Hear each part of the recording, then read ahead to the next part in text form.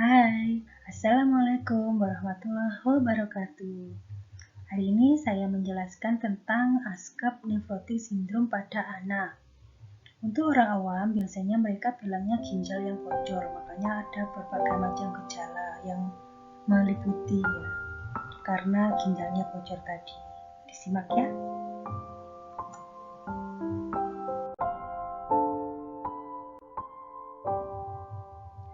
Nefrotik sindrom ini merupakan kumpulan gejala. Jadi beberapa gejala menjadi satu ya. Ada protein uri, ada hipoalbuminemia, ada hiperlipidemia, ada edem, ada hipertensi, ada hematuri. Nah, akhirnya tadi karena terjadi protein keluar banyak lewat urin ya, bahkan lebih dari 3,5 gram per hari, menimbulkan berbagai akibat.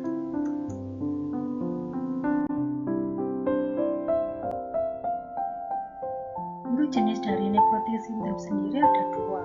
Kalau primer biasanya tidak diketahui penyebabnya. Kalau yang sekunder umumnya karena penyakit lain yang meliputi atau bersamaan gitu ya. Ada karena alergi, kemudian karena adanya glomerulonefritis akut, karena hyperzoster, atau mungkin terkena diabetes mellitus. Nah, ini juga bisa terkena nefrotik sindrom atau penyakit-penyakit yang lain. Glomerulus yang tidak dapat melakukan tugas dengan baik ini dapat menyebabkan protein uri. Jadi terjadi rembesan atau ekstravasasi cairan yang menyebabkan bengkak pada seluruh tubuh. Ini dibarengi dengan hipoalbumin dan hiperlipidemia.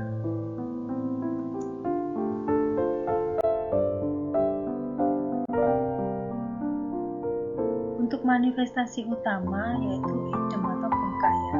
Bengkaknya bisa di sekitar mata, bisa di sekitar area ekstremitas ya, sakrum, tumit, tangan, atau di abdomen. Bisa disebut asites. Untuk gejala lain yang melengkapi atau barengan gitu ya, ada malaise, lelah mungkin ya, letih, jadi males-malesan, kemudian sakit kepala, iritabilitas, sangat peka gitu.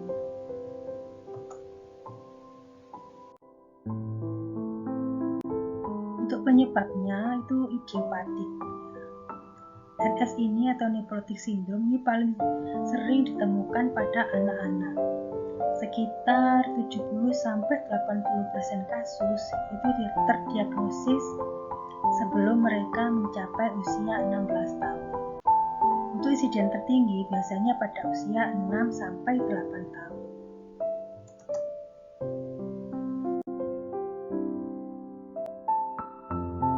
Untuk perjalanan penyakit atau patofisiologisnya yaitu adanya perubahan sel pada membran dasar glomerular ini mengakibatkan membran tersebut menjadi hiperpermeabel karena berpori-pori ya, di lubang-lubang kecil sehingga banyak protein yang terbuang dalam urin. Kemudian mengakibatkan albumin serum juga ikut menurun atau terjadi hipoalbuminemia. Karena kurangnya albumin serum ini mengakibatkan berkurangnya tekanan osmotik serum. Tekanan hidrostatik kapiler dalam jaringan seluruh tubuh ini menjadi lebih tinggi daripada tekanan osmotik kapiler, sehingga terjadi edem di seluruh tubuh. Semakin banyak cairan yang terkumpul di jaringan atau edem, maka semakin berkurang volume plasma yang menstimulasi sekresi aldosteron untuk menahan natrium dan air. Nah, air yang ditahan ini juga akan keluar dari kapiler, bisa memperberat edemnya.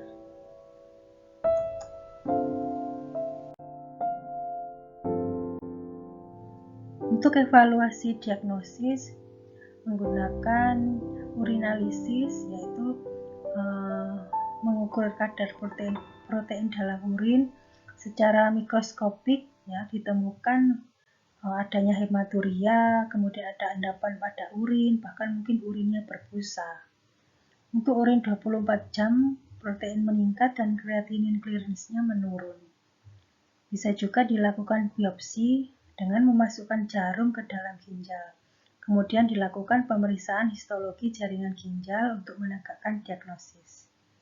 Bisa juga pemeriksaan kimia serum, yaitu protein total, albuminnya, kreatininnya meningkat atau normal, kemudian kadar lipidnya ya, trigliserid, atau untuk melihat apakah ada peningkatan atau tidak.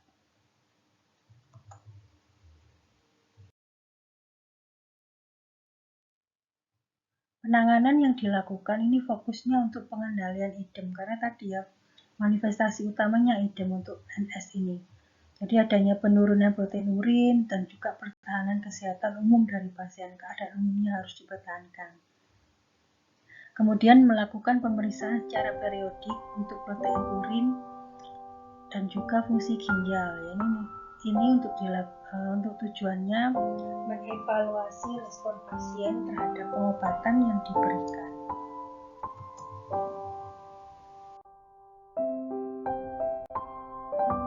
Untuk penata laksanaan ada penata laksanaan medis, yaitu dengan kolaborasi dengan dokter ya. Untuk pemberian antibiotiknya ini disesuaikan dosisnya, sesuai umurnya, juga sesuai berat badannya.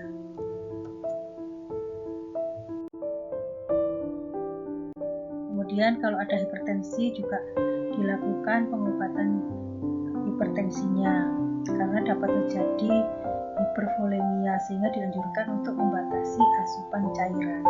Tadi ya, kalau sudah bengkak cairannya kan harus dibatasi. Kalau makin banyak minum nanti tambah bengkak.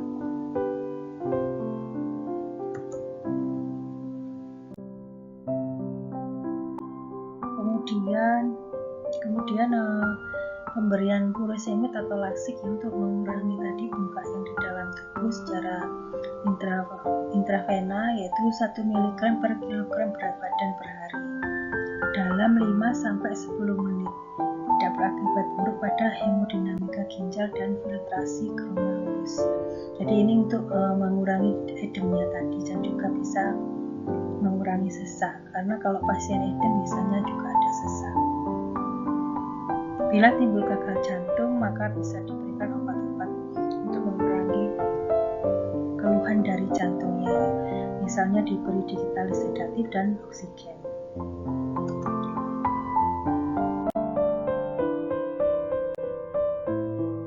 Untuk penata laksanaan keperawatan, pasien ini bed rest total ya, sekitar 3-4 minggu untuk memberi kesempatan ginjal melakukan proses penyembuhan. Tetapi di penyelidikan atau penelitian terakhir ini menunjukkan bahwa mobilisasi yang terlalu lama ini malah tidak baik. Jadi mungkin cukup 3-4 minggu.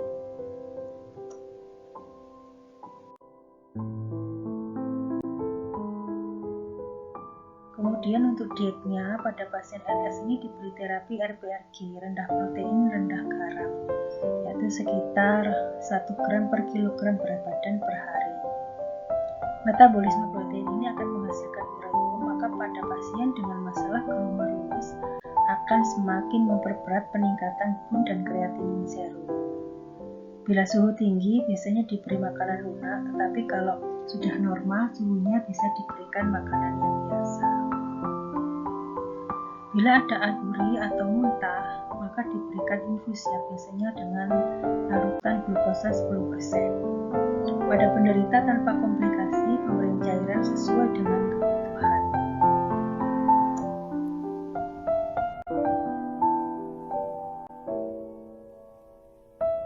Bila ada komplikasi seperti gagal jantung, kemudian edem, hipertensi, oliguri, maka jumlah cairan yang diberikan harus dibatasi. Kolaborasi dengan keluarga mengenai pengobatan yang sedang dijalani, jadi harus ada dukungan dari keluarga, mungkin mengingatkan obatnya. Terus tadi kalau bed restnya ya dibantu ya tentang perawatan di rumah.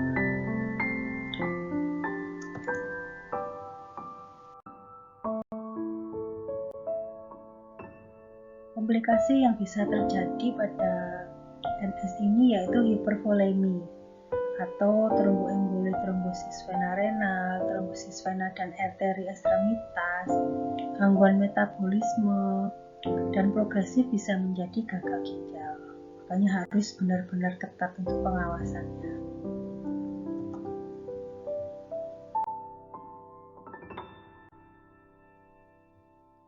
Untuk dietnya yaitu berikan 1 gram per kilogram berat badan protein setiap hari. Karena tadi ya kehilangan protein, jadi harus ada tetap asupan proteinnya. Kemudian untuk asupan natriumnya dibatasi ya pada 0,5 sampai 1 gram per hari. Karena natrium kan menyerap air, jadi kalau natriumnya tetap banyak, berarti kan edemnya nggak berkurang terus. Untuk makanan tinggi kalium diberikan pada pasien yang diberi pengobatan diuretik tadi, istilahnya dikuras airnya yang di dalam. Nah, itu juga ditambahkan dengan diet kalium, tinggi kalium.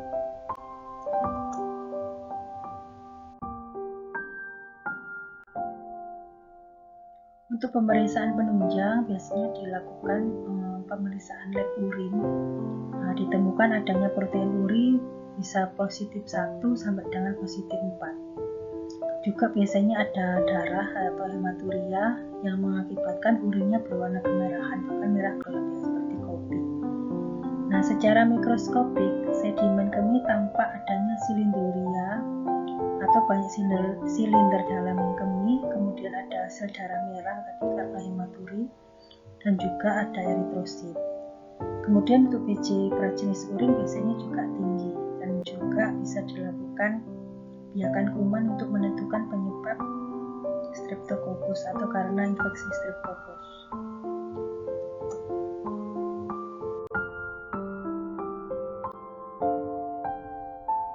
Selanjutnya untuk pemeriksaan darah yang dilihat adalah LED-nya, kemudian Hb-nya, kemudian bun kreatininnya. Untuk biopsi ginjal tergantung ya.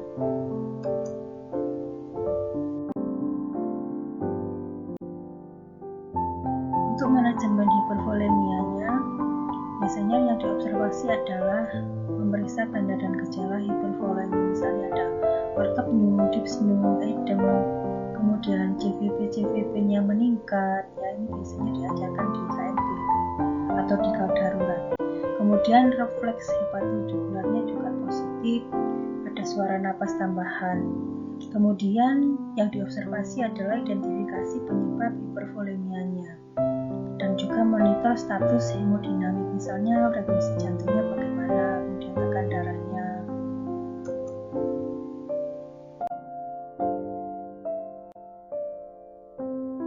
Selain itu juga dilakukan monitor untuk intake dan output cairan atau balance cairan ya, karena harus benar-benar ketat untuk pengawasannya supaya tahu apakah balance cairannya ini seimbang atau terlalu banyak yang diintake atau terlalu banyak yang dikeluarkan. Nah, ini juga makanya harus diukur dengan balance cairan. Selain itu juga memonitor tanda hemokonsentrasi, misalnya kadar natriumnya bagaimana, bun kreatininnya, hematokritnya, kemudian berat jenis urin.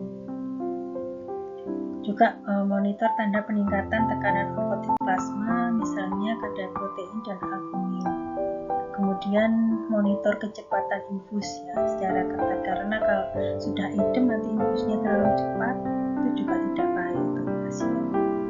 Kemudian juga monitor efek samping dari diuretik. Tadi ya, kalau diuretik dibantu untuk mengeluarkan cairan di tubuh, tapi juga dilihat kadar kaliumnya bagaimana. Makanya tadi ada tambahan asupan kalium.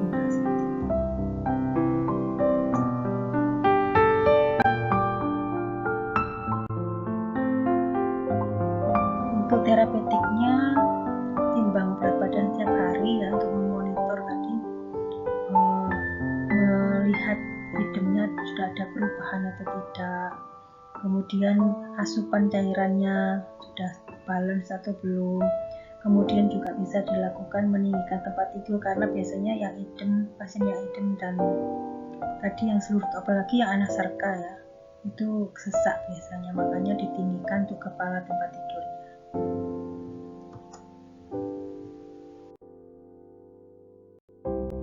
Untuk edukasinya, anjurkan untuk melaporkan berat badan jika bertambah lebih dari 1 kg per hari. Berarti kan masih ada edem ya. Kemudian anjurkan untuk melaporkan jika ada haluaran, misalnya warna urinnya bagaimana, seperti itu. Kemudian mengajarkan cara mengukur dan mencatat asupan serta haluan. Tadi yang balance cairan termasuk keluarga dijelaskan yang harus diukur apa aja. Misalnya kalau urin kan diukur, berarti biasanya ada urin tampung gitu, atau kalau memang dibuang sama keluarga, dibuangnya tadi berapa, dilihat dulu ukurannya berapa liter, ada biasanya di rumah sakit. Kemudian juga diajarkan cara membatasi cairan, biasanya disiapkan gelas khusus atau mungkin tempat khusus untuk minum pasien supaya termonitor asupannya dan pengeluarannya.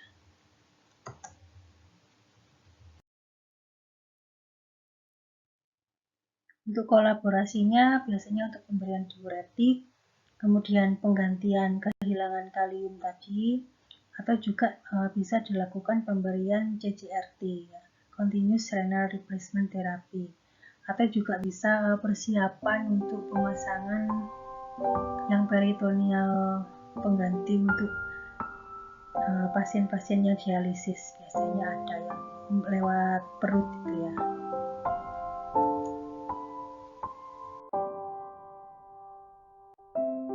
Nah, untuk masalah keperawatannya sama dengan diagnosa yang lain, kita menggunakan SDKI, SIKI, dan SLKI. Untuk dengan sindrom nefrotis sindrom, saya mengambil diagnosa keperawatannya yaitu hipervolemia. Di sana sudah dijelaskan ya pengertiannya, kemudian penyebabnya tinggal disalin dan disesuaikan dengan analisa data yang sudah didapat pada pasien.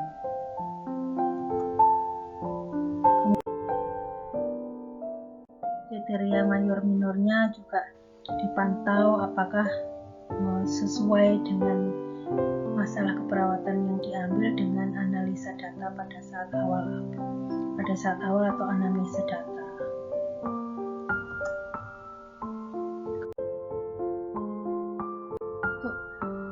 Untuk intervensi hipervolemia ini menurut SIKI ya, ini untuk balance cairan itu yang utama.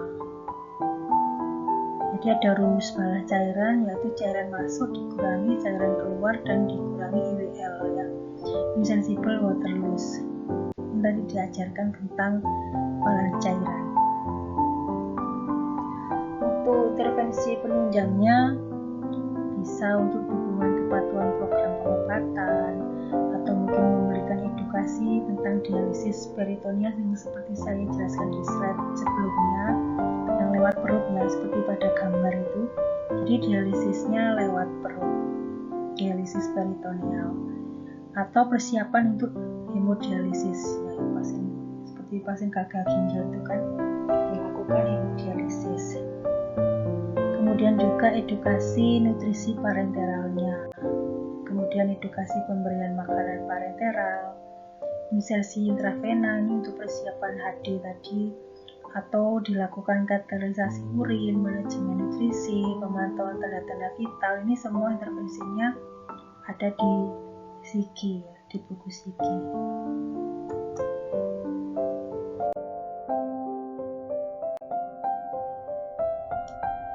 Untuk evaluasi keperawatannya, haluan yang dilihat ini lewat buku SLKI, yaitu untuk yang hipervolemia, keluarannya yang paling utama dari keseimbangan cairan. Misalnya dari asupan cairannya bagaimana, kemudian pengeluaran urinnya bagaimana, kemudian kelembapan membran mukosanya juga dipantau, dilihat, kemudian edemnya juga dilihat, dimonitor, tekanan darahnya, denyut nadi, gurkor kulit, kemudian berat badannya juga sudah mulai. Ini termasuk di evaluasi keperawatan, berarti berhasil evaluasi keperawatan.